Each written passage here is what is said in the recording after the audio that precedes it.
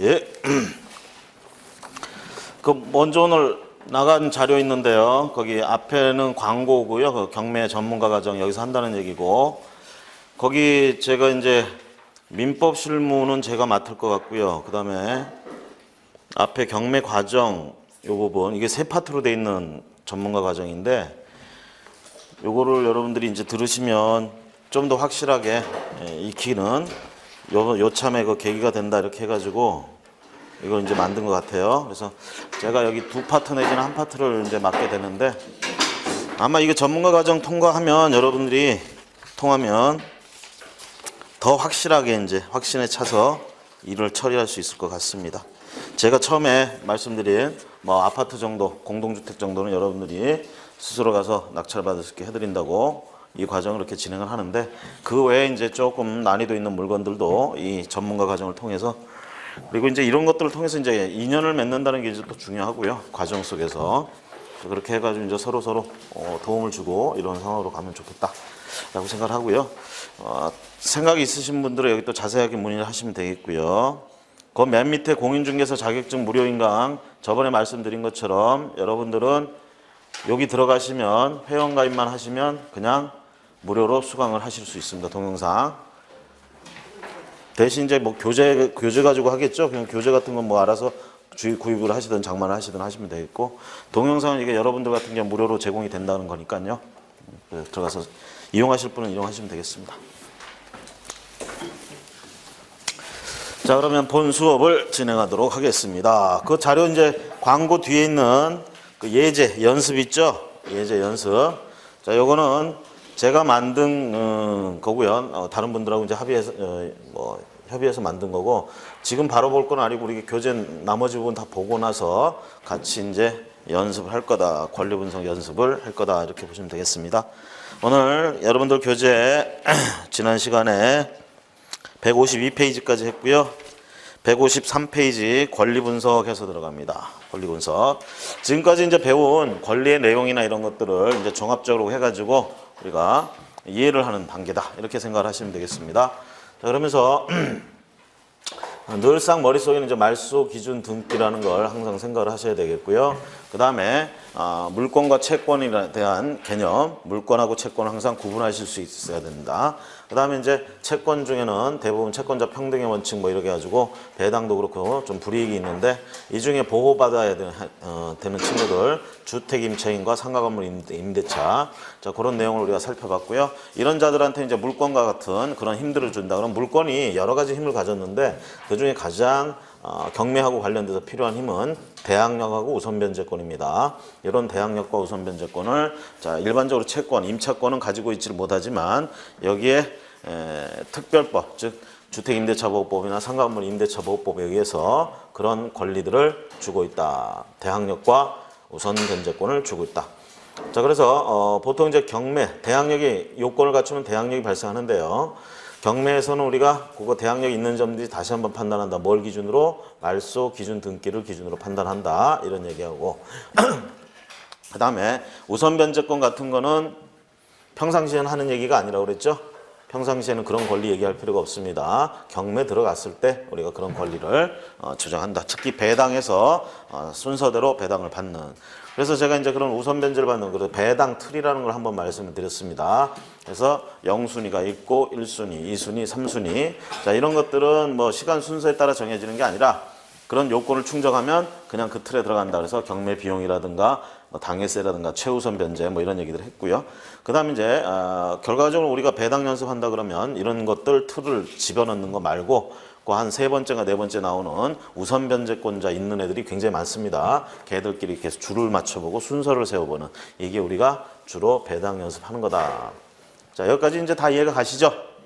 이제 자, 이해가 아주 잘 간 것 같아. 여러분들이 보니까. 그래서 뿌듯합니다. 뿌듯해요. 여러분들이 이해를 잘 하신 것 같아서. 자, 153페이지 이제 우리가 조금 더 깊이 들어가서요. 그것들을 정리하면서 조금 더 깊이 들어가 보겠습니다. 말소 기준 등기 또는 권리 해서 나오고 있습니다. 자, 말소 기준 등기 그러면 이미 여러분들은 머릿속에 이제 기억이 나시죠? 뭐하고 뭐가 있죠? 저당, 근저당, 압류, 가압류, 담보가등기, 경매 등기. 이걸 우리가 말소 기준 등기라고 한다. 자, 그 얘기가 이제 거기 나오고 있습니다. 말소 기준 등기에 관하여 해서 첫 줄에 근저당권, 저당권, 담보가등기, 가압류, 강제경매 등기, 압류, 가압류. 자, 목적물이 경매되면 소멸되고 이들 권리의 등기보다 뒤에 있는 등기도 일부 예외를 제외하고는 모두 말소된다. 이렇게 말씀을 드렸습니다. 자, 여기서 일부 예외를 제외하고 이렇게 얘기를 했어요. 예외를 제외한다. 그러면 어떤 예외가 있느냐? 이게 문제죠. 그래서 우리가 말소 기준 등기를 찾았다. 그러면 얘를 기준으로 해서 앞에 있으면 인수된다. 이렇게 되고 뒤에 있으면 어떻게 해요? 소멸된다. 이렇게 얘기합니다. 요걸 이제 인수주의 이렇게 부르고요. 이건 소멸주의 이렇게 돼요. 또는 청소, 소재된다. 그래서 소재주의 뭐 이렇게도 부르면 돼요. 이게 원칙이란 말이야. 권리 분석할 때 가장 기본적인 거 제일 먼저 하는 게 말소 기준 등기 찾고 그걸 기준으로 해서 앞에 있느냐 뒤에 있느냐. 앞에 요건을 갖췄느냐 뒤에 요건을 갖췄느냐. 자, 물건 같은 경우는 어떻게 해요? 앞에 등기했느냐 뒤에 등기했느냐. 그렇죠? 주택임차인 같은 경우는 앞에 대항 요건을 갖췄느냐 뒤에 대항 요건을 갖췄느냐. 날짜 이걸 기준으로 된단 말입니다. 그런데 여기에 예외가 있다. 예외 그러면 예를 들면 가처분 등기 같은 경우에 이제 문제가 됩니다. 가처분 등기. 가처분 등기 같은 경우에는 지난 시간에도 얘기를 했지만 뒤에 나와도 원래는 뒤에 나오면 이건 가처분 등기도 소멸돼야 돼요. 말소돼야 됩니다. 근데 이게 만약에 본안 소송 자체가 진정명의 회복을 위한 진짜 주인을 찾기 위한 소송이었고 그 소송에서 등기 명의인이 아닌 진짜 소유자가 이겼다. 자, 이렇게 되면 요 가처분권자가 그 진짜 소유자이기 때문에 이 가처분권자, 즉 진짜 소유자가 그 판결문을 들고 소유권을 이전해 버리게 되면 이런 상황이 벌어지게 되면 이 가처분은 안 사라질 수도 있다는 얘기예요. 그래서 이런 예외적인 가처분 원칙적으로 소멸이 되는데 이렇게 말소기준 등기 뒤에 있는데 가처분이 있다 그러면 원래는 소멸되는데 이렇게 살아남는 거. 그래서 일단 기본적으로 이건 완벽하게 구분할 수는 없지만 일단 기본적으로 우리가 볼 수 있는 건 요게 있으면 분명히 뭔가 소송이 진행되고 있단 말이에요. 그럼 그 소송이 무슨 싸움인지를 살펴보셔야 돼. 그 재판이 뭐에 관계된 재판인지. 그래서 진정명의 회복을 위한 재판이다 그러면 이거는 좀 두고 봐야 되는 문제가 됩니다. 아시겠죠? 그게 아닌 뭐 다른 것들 때문에 가처분 등기가 있을 수도 있는데 그런 경우에는 별 문제가 없다. 그 다음에 또 하나 예외는 요 가처분은 그나마 그래도 뭐예요? 지금 등기부에 이렇게 등기가 됩니다. 그렇죠? 그러니까 등기부만 보고도 우리가 주의를 기울일 수가 있죠. 그렇죠?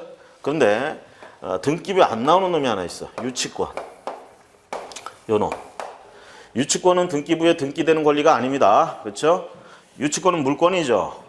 물건이면서 부동산 물건이면서 또 동산 물건이기도 하고 부동산 물건이기도 한데 자, 원래 우리 부동산 물건은 어떻게 해야 돼요? 공시돼야 된다. 등기부에 공시가 돼야 되죠. 근데 유치권은 등기가 공시 방법이 아니라 점유가 공시 방법이에요. 유치권은. 그래서 등기부에 안 나옵니다. 여기서 이제 하려는 얘기는 뭐냐면 유치권은요. 중요한 건 유치권은 언제부터 그게 성립하느냐, 효력이 있느냐 이렇게 될 때요. 점유한 때부터 효력이 있다 이렇게 됩니다. 점유가 공시 방법이기 때문에 그 물건을 점유한 때부터 유치권자로서 인정이 될 수 있어요. 아시겠죠? 그러니까 유치권은 점유가 생명입니다. 점유를 잃어버리면 유치권을 잃어버리는 거예요. 그러면 여기 앞에서 점유를 했대. 말소 기준 등기 앞에서 점유를 했대. 나중에 날짜를 확인해 보니까 점유 날짜를. 그럼 이건 당연히 인수되는 거예요. 원칙대로. 근데 뒤에서 점유를 했대요. 이건 마치 다른 물건이 뒤에서 등기하는 거랑 같은 거야, 이거. 그렇잖아요? 그럼 유치권이 지금 뒤에서 점유를 했대. 그러면 이놈은 당연히 말소 기준 등기 뒤에 있으니까 낙찰자한테 대항하면 안 되겠죠. 그렇죠? 근데 이놈은 대항력을 인정해 줍니다. 유치권은. 그래서 예외라는 거예요. 유치권은 말소 기준 등기 뒤에 성립했다 하더라도 대항력이 있다.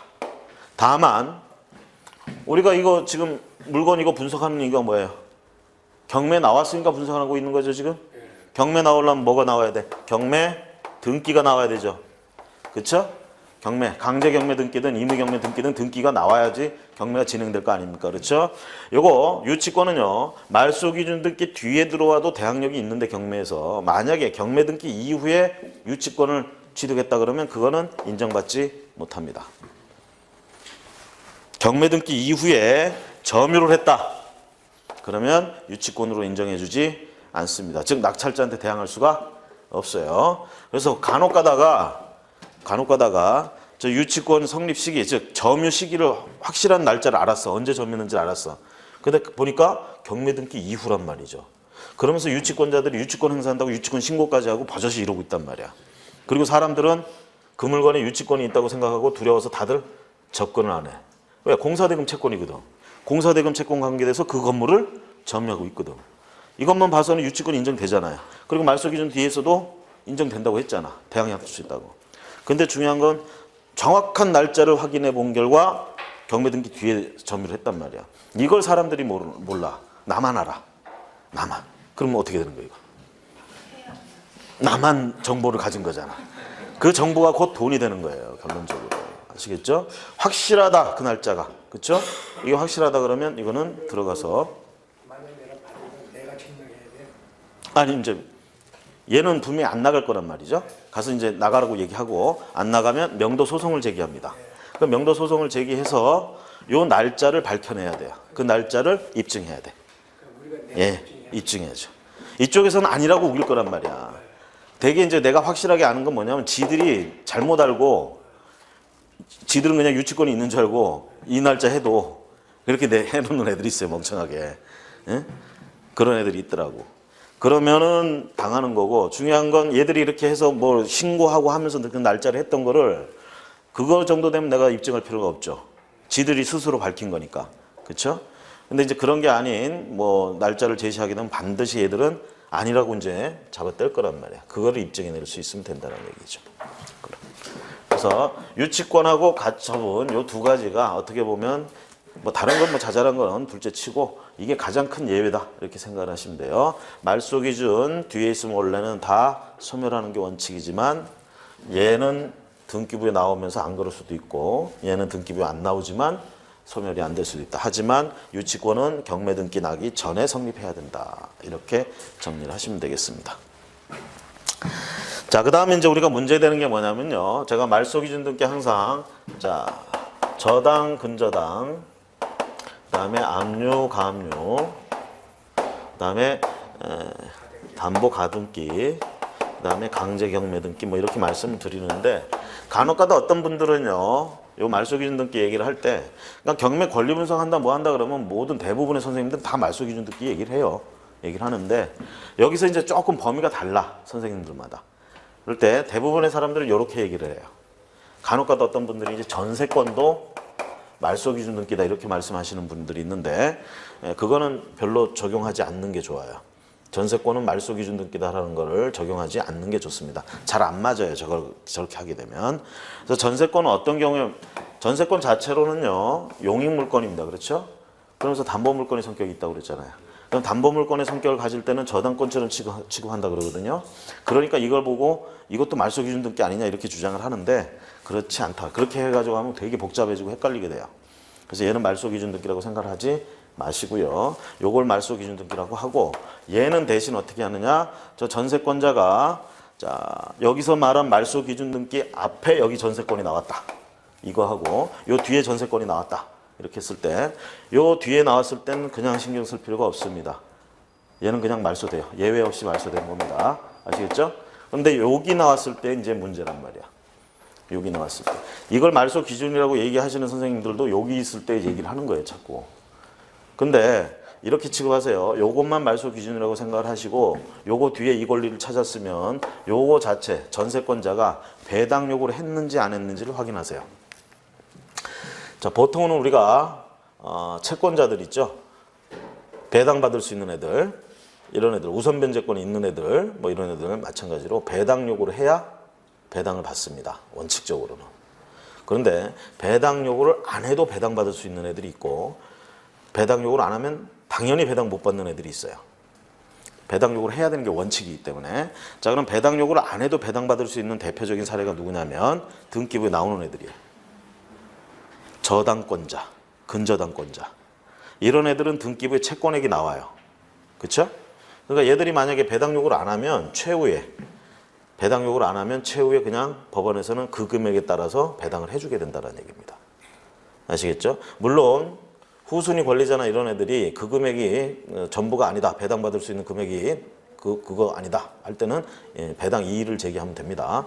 어쨌든 간에 근저당권자, 저당권자, 심지어는 가압류권자도 경매 등기 이전에 가압류 등기한 사람들, 얘들도 배당 요구를 안 해도 우리가 배당을 해준 배당 순서에 들어가는 이런 상황이 된단 말이야.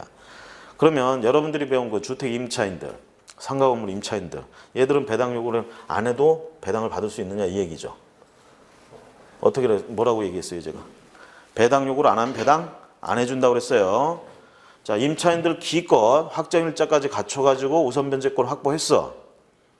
그 다음에 최우선 변제, 소액 임차인에 해당이 돼서 최우선 변제권까지 있어. 배당 요구 안 하면 말짱 도루묵입니다. 배당 요구를 해야 배당해줘요. 얘들은 주택 임차인, 상가물 임차인 아시겠죠? 요건 다 갖췄다고 가만히 있으면 안 돼요. 배당 요구 해야 됩니다. 자, 그 다음에 배당 요구를 한다 해서 만약에 대항력이 있다. 경매에서 말소 기준 앞에 들어가서 대항력이 있다. 그럼 배당 요구한다 해서 그 대항력이 사라지느냐? 사라지지 않아요. 돈 다 받을 때까지는 대항력이 유지가 되는 겁니다. 원칙적으로. 그래서 배당 요구를 반드시 해야 되는 임차인들 중에 가장 대표적인 게 임차인들이에요. 임차인들. 자, 그러면 요 전세권 같은 경우에는 등기부에 전세권은요. 전세 보증금 우리는 이렇게 얘기를 하죠. 근데 법에서는 전세금이라고 얘기해요. 전세금. 그 전세금을 지급해야만 전세권이 인정이 됩니다. 물권인 전세권이. 그러니까 전세금을 지급 안 하고 저번에 그런 얘기 한번 했죠. 친구가 멀리 저기 유학이나 이민 가면서 서울에 있는 집 빈다고 친구 보고 들어와서 살라고 그래. 그러면서 내가 너한테 전세권 설정까지 해줄게. 전세권까지 준다 이 얘기예요. 근데 친구 사이니까 보증금 받아 안 받아? 안 받았단 말이죠. 그렇죠?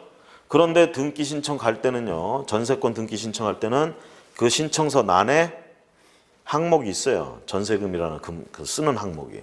그러니까 거기다 그냥 뭐 아무렇게나 적었어. 금액을. 실제로는 주고받은 적이 없죠. 자, 이렇게 해가지고 등기 신청하면 등기관은 어떻게 한다고 그랬어요? 실제로 돈을 주고받았는지 안 받았는지 심사할 권한이 없어요. 그러니까 신청서 내용 그리고 나머지 서류 다 맞으면 그대로 기재해 주는 거야. 이게 등기예요. 그래서 전세권 등기가 나왔단 말이지. 그럼 예를 들어서 보증금 1억이라고 기재를 해놨었어. 등기부에 1억이라고 나와요. 전세금이. 그렇죠? 실제로 1억이라고 나오면요. 얘들 같은 경우엔 원래는 전세권자가 이 말소기준 등기 뒤에 있으면요. 얘 배당 요구를 안 해도 배당해줘버리고 끝냅니다. 얘는 말소되니까. 그럴 땐 저당권처럼 취급해가지고 배당해줘버리고 끝내요. 배당 요구를 안 해도. 근데 여기 있으면 얘기가 틀려지고 여기 있으면 전세권자가 배당 요구를 해야 배당해주고 안 하면 안 해준다. 왜? 대항력이 있다 이렇게 얘기하기 때문에 얘가 선택할 수 있다 이렇게 되는 거예요. 그래서 만약에 1억으로 이렇게 가짜로 했지만 얘가 배당 요구를 안 했다. 그러면 대항력 있고 그대로 사는 거예요. 배당 요구를 했다. 그러면 여기서 1등으로 배당을 받는 거고. 그러니까 얘를 말소 기준이라고 얘기할 수가 없어요. 물론 이 사안에서 이제 실제로 얘가 만약에 배당 요구를 했다든가 안 했다든가 어쨌든 간에 저 보증금이 가짜라는 걸 밝혀내게 되면 이걸 낙찰받은 사람은 또 뜻밖의 행제를 하는 거죠. 그렇죠? 1억이라는 게. 그래서 만약에 배당 요구를 했을 경우는요. 후순위 권리자들이 이거 만약에 가짜라는 거 알면 그 입증하고 소송 겁니다. 이거 배당이의 신청 제기해요. 왜? 전세금이 없는 전세권은 무효이기 때문에. 무효 등기라고 취급되는데 이 들어와 있으니까 안 되는 거죠. 그렇죠? 그래서 마찬가지로요. 이 사람들 배당 요구 안 했어. 그렇죠?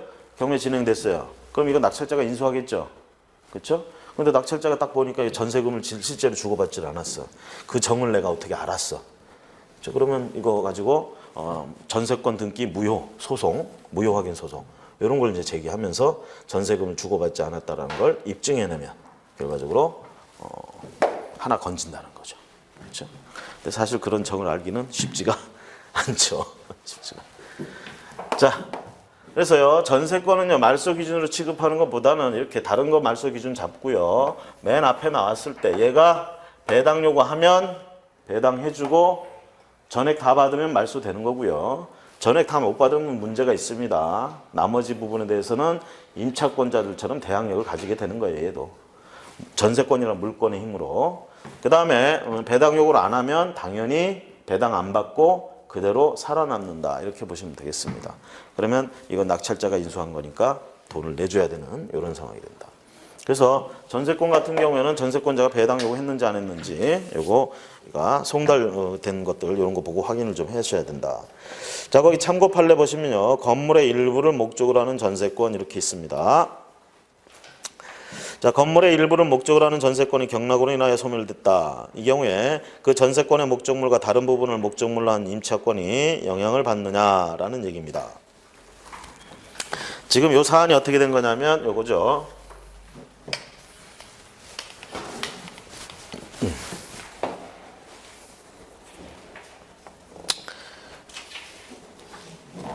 전세권이 1층에 있는 거예요.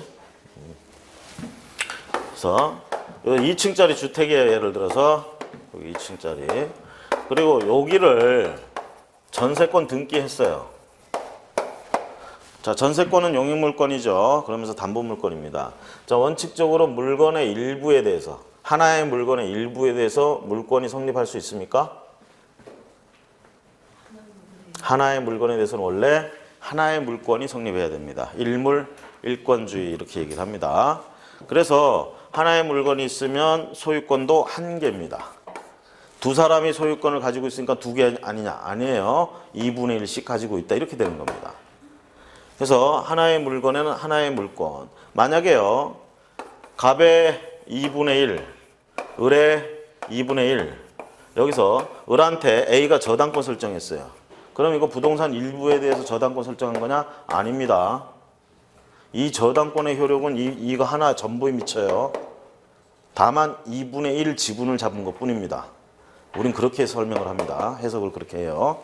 그래서 결과적으로는 원칙적으로는 물권은요, 하나의 물건에 적용돼야 됩니다. 그래서 일물 일권주의. 그런데 다른 물권 제껴놓고 용익 물권은 꼭 그 원칙을 고수할 필요가 있느냐 이 얘기죠.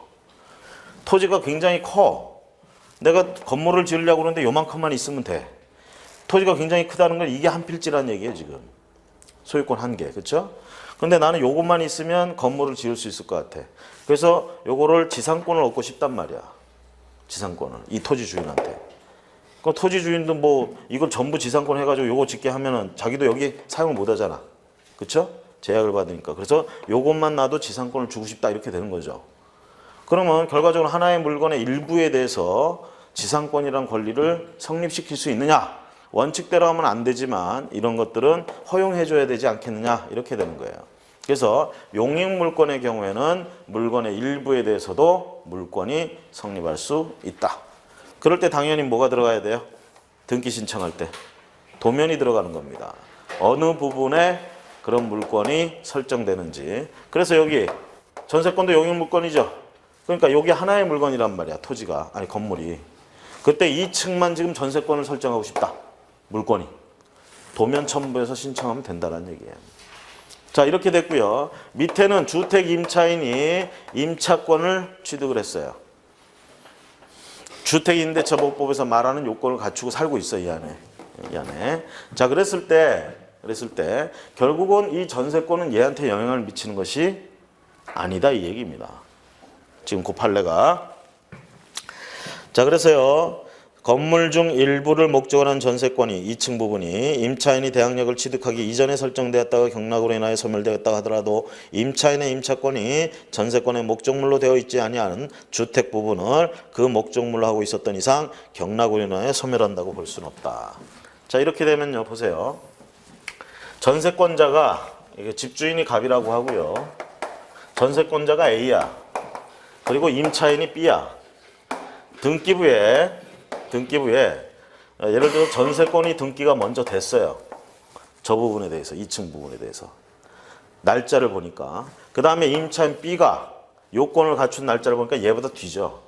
그래서 시간 날짜는 이렇게 된 거예요. 이렇게 그럼 보세요. 어떤 사람이 주장하는 것처럼 전세권도 말소 기준 등기가 된다 그러면 요렇게 해가지고 얘 어떻게 돼요? 대항력 없다 이렇게 되는 거야 경매에서. 그렇죠? 지금 판례가 지금 뭐라고 그러고 있어요? 다른 부분에 대해서 전세권이지 않냐? 응?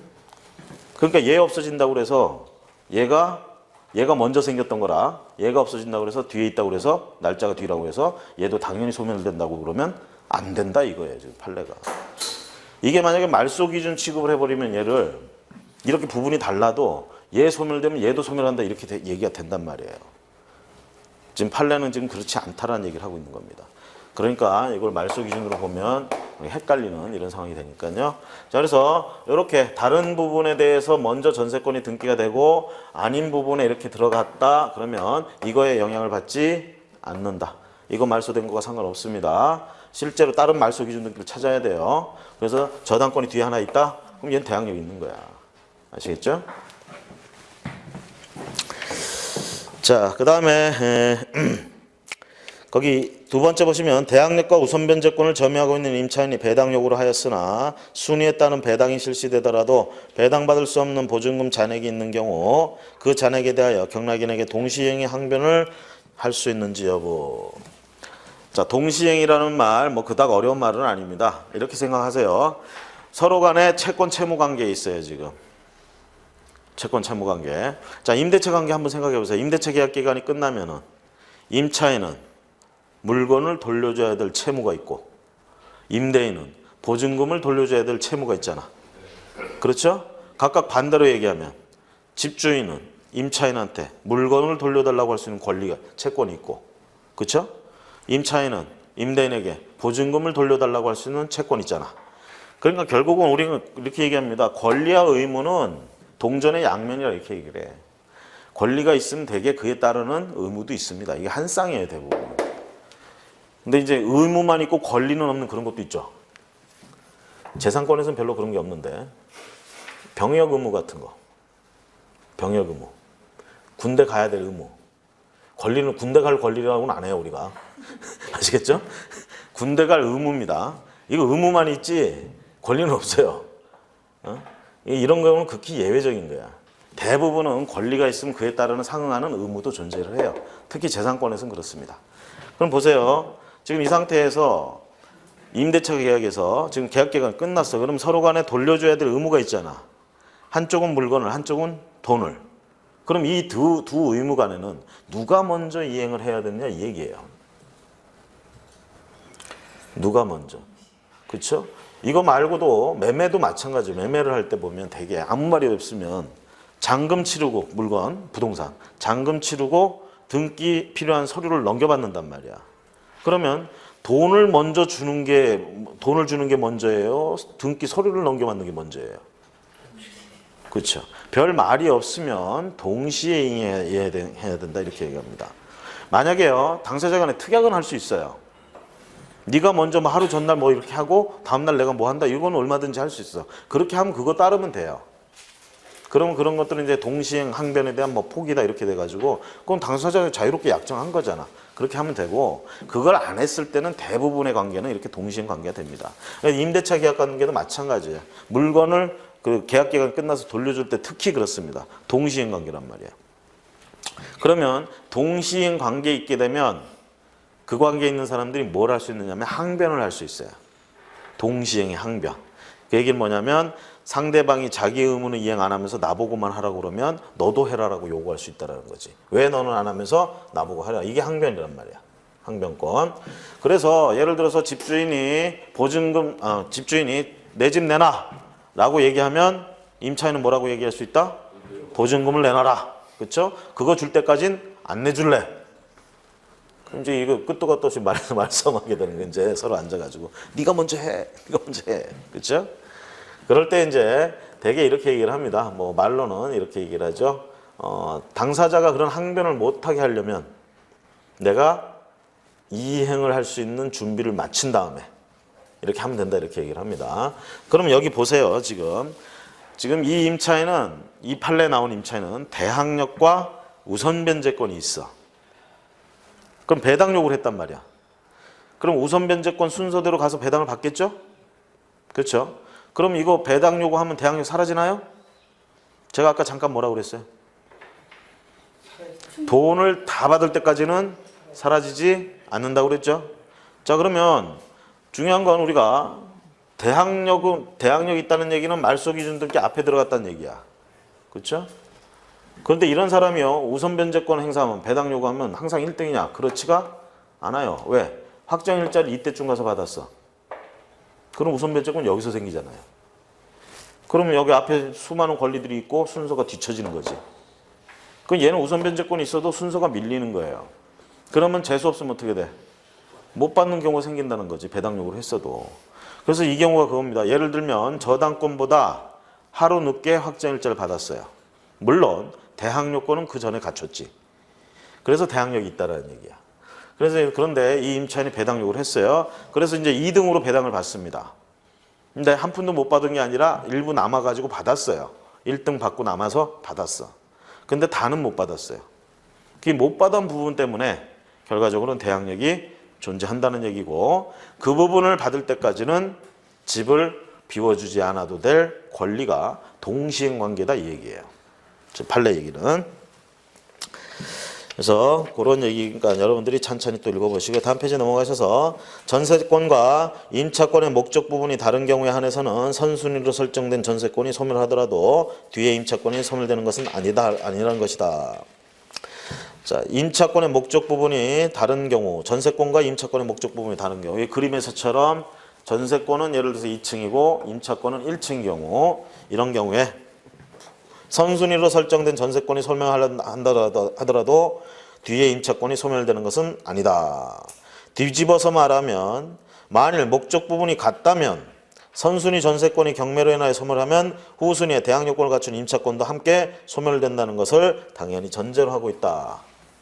무슨 말이냐면 이렇게 달리하고 있으니까 얘 소멸된다고 그래서 얘가 먼저였는데 얘가 소멸된다고 해서 얘도 따라 소멸하느냐? 그렇지가 않다는 얘기예요. 얘는 다른 말소 기준 등기, 얘 아니라고 그랬죠. 말소 기준이. 말소 기준 등기 앞에 있느냐 뒤에 있느냐에 따라서만 판단하면 된다는 얘기고, 그리고 뒤집어서 얘기한다는 건 뭐냐면 임차권이 여기 설정됐어. 전세권 등기되어 있는 곳에 임차권이 설정됐어요. 자, 그런데 전세권이 지금 배당받아서 말소됐어요. 그러면 얘도 당연히 소멸한다 이 얘기입니다. 그럼 이런 경우가 있을 수 있느냐 얘기죠. 2층에 전세권 등기해놨는데 주택임대차보호법상에서 말하는 임차인이 존재할 수 있느냐 이거지. 임차인이 들어갈 수 있느냐. A가 지금 전세권자인데 B가 여기 들어가서 살 수 있느냐 얘기죠. 임차권 얻어가지고. 우리가요, 전세금은 반드시 지급해야 된다고 그랬죠. 전세권이 성립하려면. 그렇죠? 근데 물건을 반드시 점유해야 될 필요는 없어요. 전세권은. 얘가 여기 반드시 들어갈 필요는 없어. 물건을 꼭 얘가 인도받아야지 전세권이 성립하는 건 아니에요. 돈만 지급하면 돼. 그리고 전세권 등기를 하면 돼요.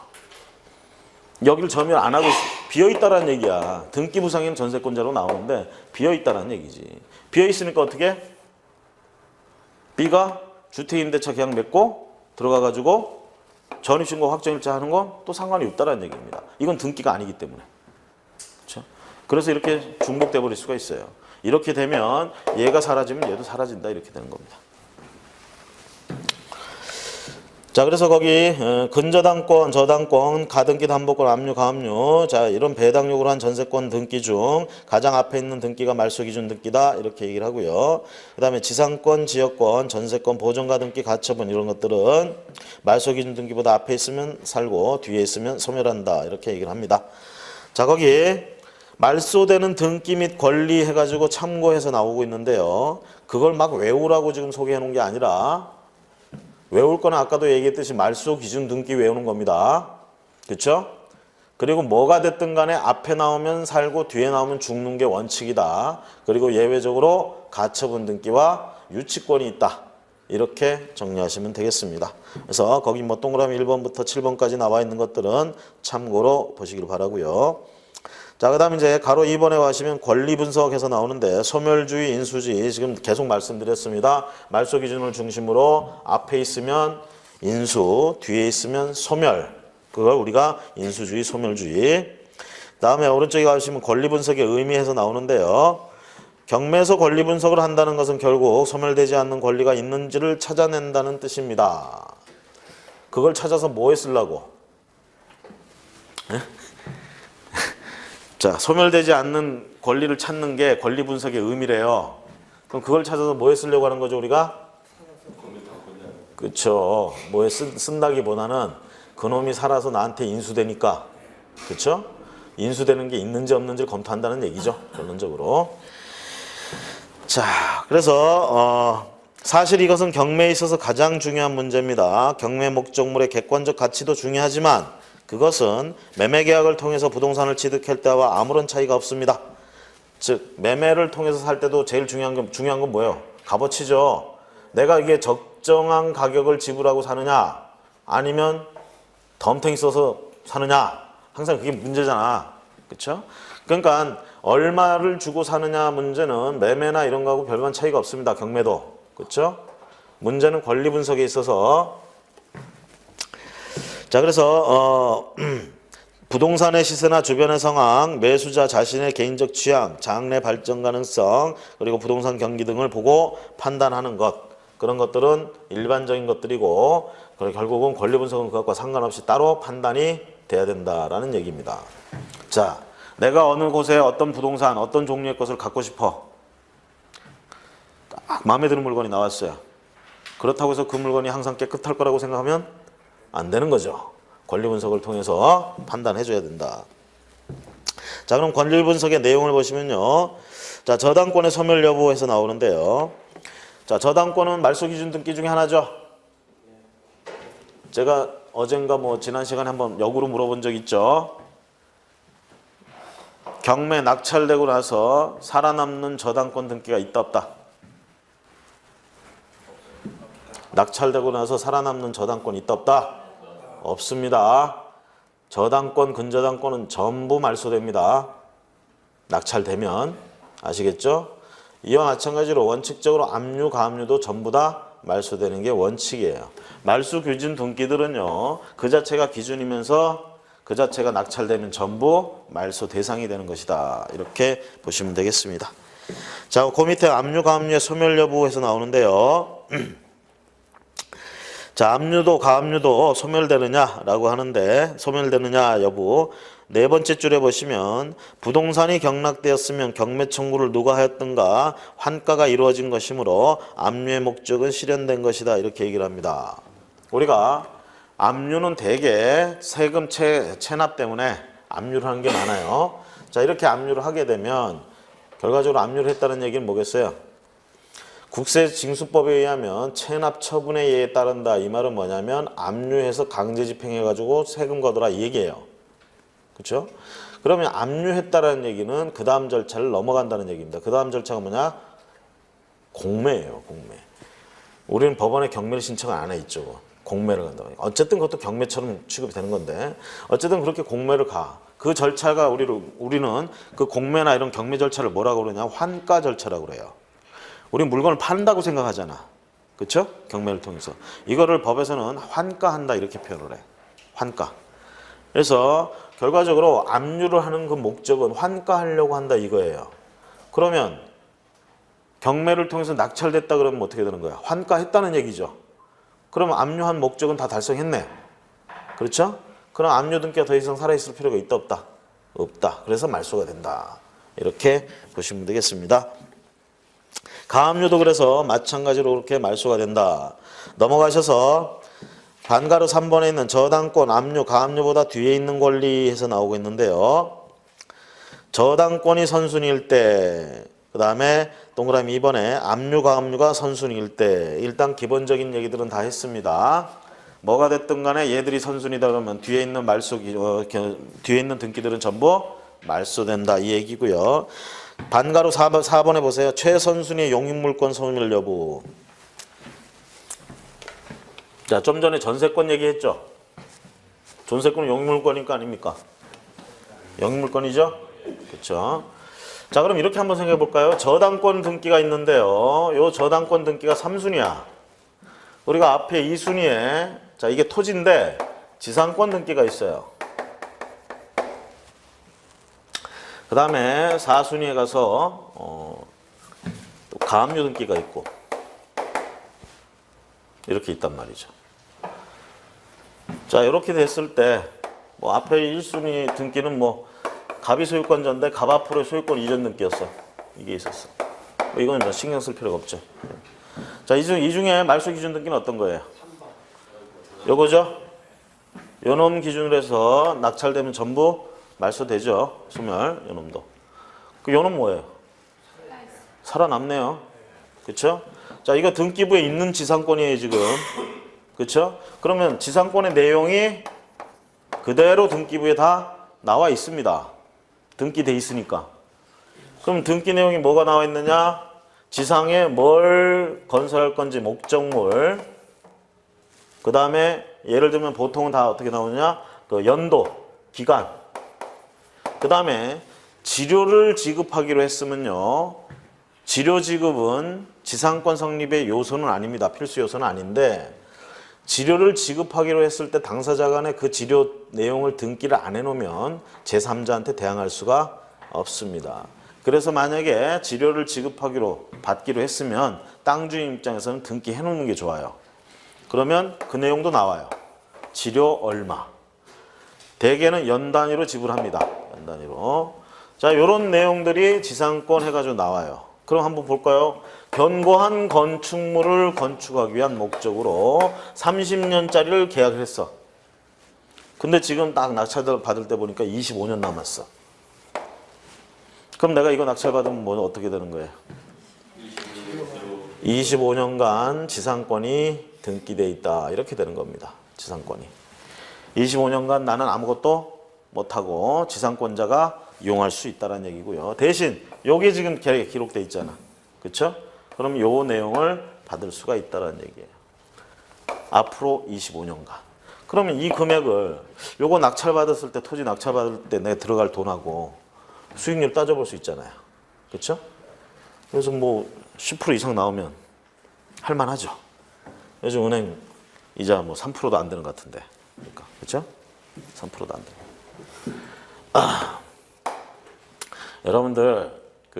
여러분들도 다 아시겠지만 돈이 이렇게 있어요.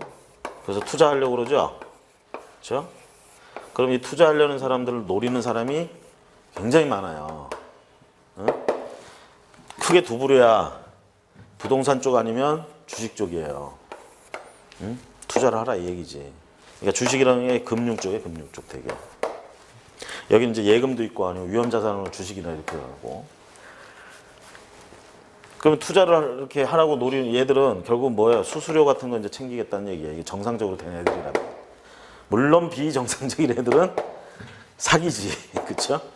정상적인 애들은 이제 수수료를 이제 챙기는 그런 투자를 이제 끌어오는데 그러려고 이제 물건, 상품을 만들어야 될 거 아니에요. 그쵸? 그러면 상품을 무조건 좋게 만든다 이게 아니에요.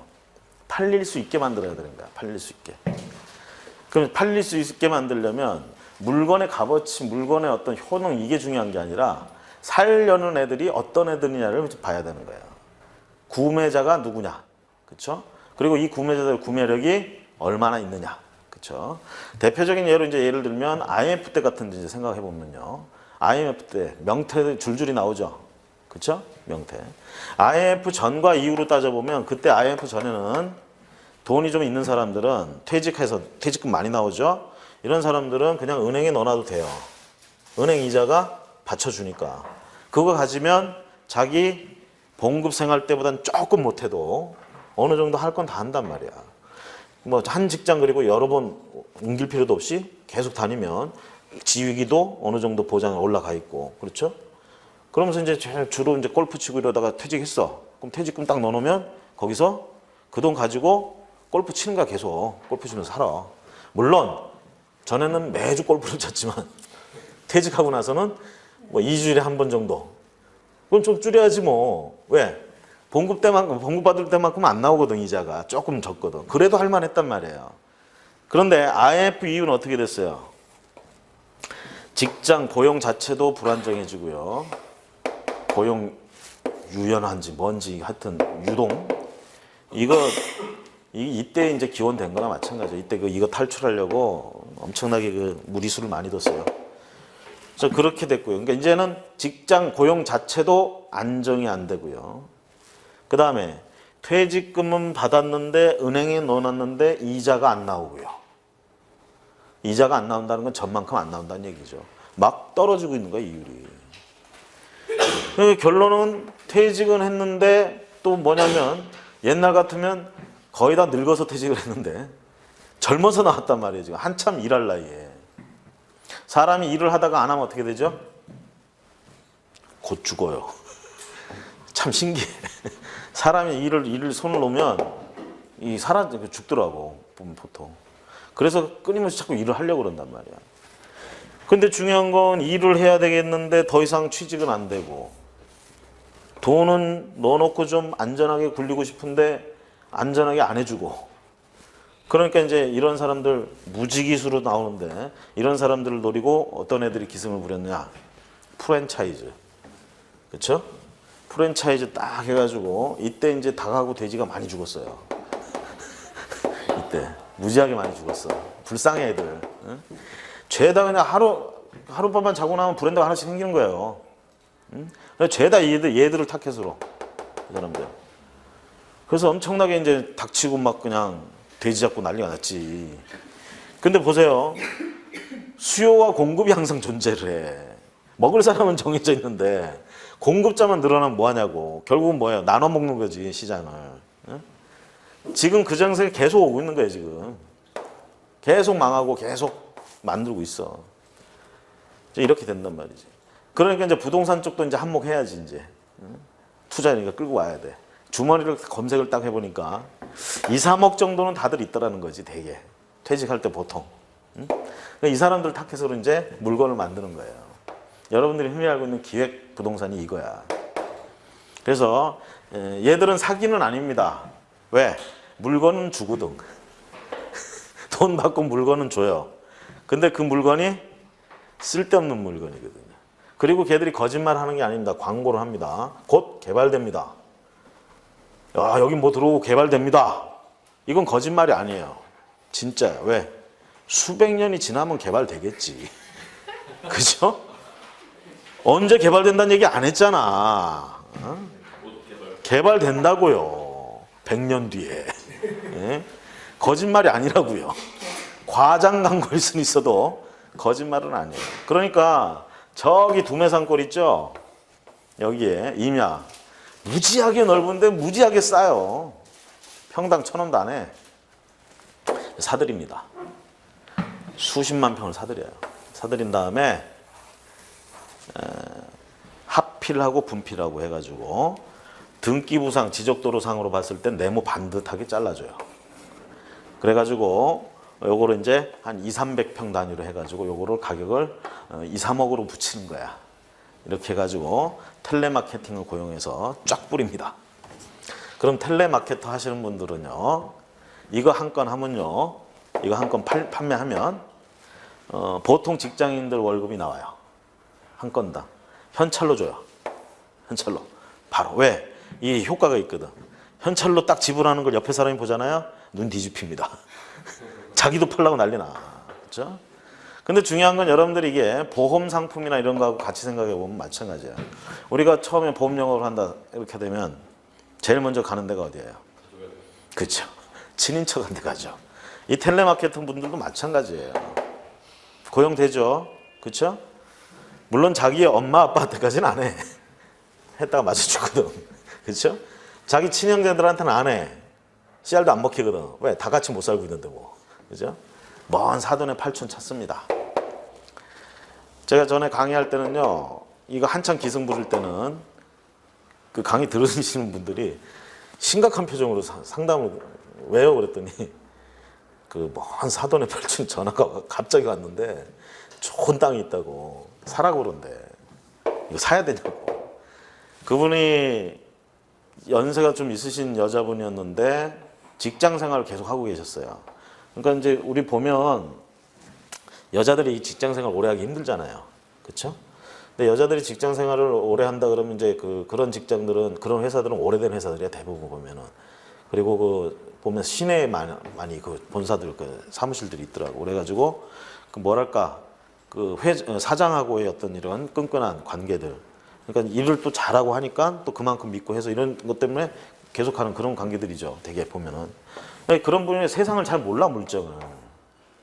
회사에서 맨날 그 일을 잘하니까 회사 일은 또 그런데 세상 물정 모르지. 그걸 사야 되냐고 그래서. 또 저는 또 친인척이 그랬다고 그래서 사지 말라고 얘기는 못 해주겠고, 그래서 이렇게 되는 겁니다. 알아서 판단하세요. 그렇게 얘기를 해주죠. 자, 그렇게 해가지고라도 한 개 팔면 바로 수당이 나온다고. 그거를 현금으로 딱 준단 말이에요. 이런 스타일은요, 옛날에 보면 옛날 건설사들, 중견 업체들, 이런 건설사들 보면 직원들한테 뭐 분양하고 할 때요. 직원들이 분양해오고 그러면 월말에 이제 월급 줄 때 그거를 전 직원 모아놓고 앞에서 현찰 쫙 10,000건 갖다 놓고 그걸 주는 거야. 그거를. 그냥 눈이 다 뒤집혀 그냥. 바로 그냥 내일 가서 분양을 팔아야 돼. 응? 저거 받으려고. 응? 그런 가시적인 효과가 있어요. 그런 게 보이는데 하여튼 이렇게 가는 거야 이렇게. 이게 전부 다 뭐예요? 물건을 만들어서 사람들한테 파는 이런 어떤 정상적인 순환 과정이 아니라 거꾸로 역으로 사람이 돈이 얼마 있는지를 보고 그 돈으로 살 수 있는 물건을 만들어서 파는 거예요. 그러니까 이 물건이 어떤 값어치라고 어떤 역할을 하는지는 중요하지가 않아. 그래서 이런 일들이 일어난다는 얘기죠. 그래서 여러분들 뭐 투자 이런 거 하실 땐 항상 이런 부분들을 조심하셔야 된다. 이런 건 제가 뭐 말씀 안 드려도 다 아시는 내용인데 높아시에 한 번 더 말씀드리는 거예요. 그래서 이렇게 쉽게 생각하면 돼요. 그거 진짜 좋다 그러면 지가 사주면 나가지. 그래서 저한테도 이제 남안 줘요. 지가 사지. 저한테도 이제 그런 정보들이 전화가 와요. 그래서 저는 이제 판교 가지고 이제 전화가 오더라고요. 아, 판교에 좋은 땅이 있대. 좋은 정보인데 그럼 좋은 땅이 있다고 소개해주고 싶어서 전화를 했대요. 근데 이제 저 같으면 그냥 제가 끊어버리는데 그날따라 심심하더라고. 그래서 저도 거기 땅 있는데요. 그래 해버렸어 그냥. 그랬더니 놀랄 줄 알았거든요.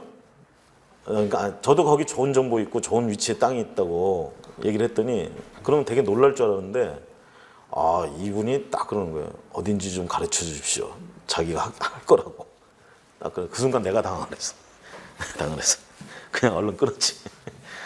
하여튼 저는 이렇게 생각을 해요. 이 비단 이런 것뿐만이 아니라요. 어떤 좋은 정보가 있다고 이제 저한테 오잖아요. 좋은 정보가 있다고 오면 이렇게 생각합니다. 저한테 제 귀에 들어올 정도면 이건 정보가 아니다. 5,000방 국민이 다 아는 거다. 이렇게 생각을 하고요. 그 다음에 너한테만 가르쳐준다고 가르쳐주는 거 특히 너한테만 가르쳐주고 자기는 안 해. 그거 왜 그러냐 이거죠. 그렇죠? 지부터 해야지. 응? 어느 사람은 다 그래요. 인지상정이 자기 배 불러야 남의 저기를 하는 거야.